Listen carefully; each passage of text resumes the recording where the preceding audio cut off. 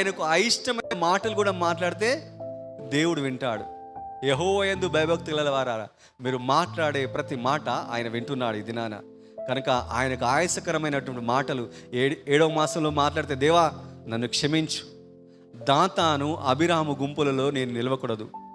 దాతాను అభిరాము గుంపులు వారు తల్లిదండ్రులే, కానీ వారి పిల్లలు మాత్రం ఏం చేశారు చెప్పాలా? కోరాహు కుమారులు మాత్రం దేవుని సమాజముతో నిలిచి ఉన్నారంట. హల్లెలూయా.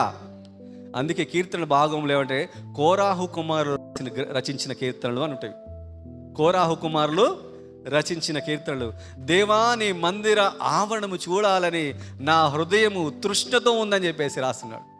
నీ మందిర ఆవరణలో వానకోకిలు ఉంటున్నాయి, పిచ్చికలకు స్థలం ఉంది, వానకోకిలకు స్థలం ఉంది, కానీ ఈ దీనునికి స్థలం లేదా దేవా అని చెప్పేసి తను అప్పుడు ప్రార్థన చేశాడే, అప్పుడు రోదన చేశాడే. ఆ ప్రార్థనలు, ఆ రోదనలు, ఆ యొక్క విజ్ఞాపనలు ఇది నిన్ను నన్ను మనందరినీ ఆయన పరిశుద్ధమైన స్థలంలోకి నడిపించాయి. హల్లెలూయా. కోరాహు కుమారులు చూడలేనటువంటి గొప్ప ధన్యత ఇది దేవుడు నీకు నాకు అనుగ్రహించాడు. మీరు అనుకుంటున్నారేమో ఏం ధన్యత ఇచ్చాడు దేవుడు, ఏం పరిశుద్ధత ఇచ్చాడంటే అనేకులకు లేని గొప్ప ధన్యతను దేవుడు మనకిచ్చాడు. శిష్యులు ఏమంటున్నారంటే, నేను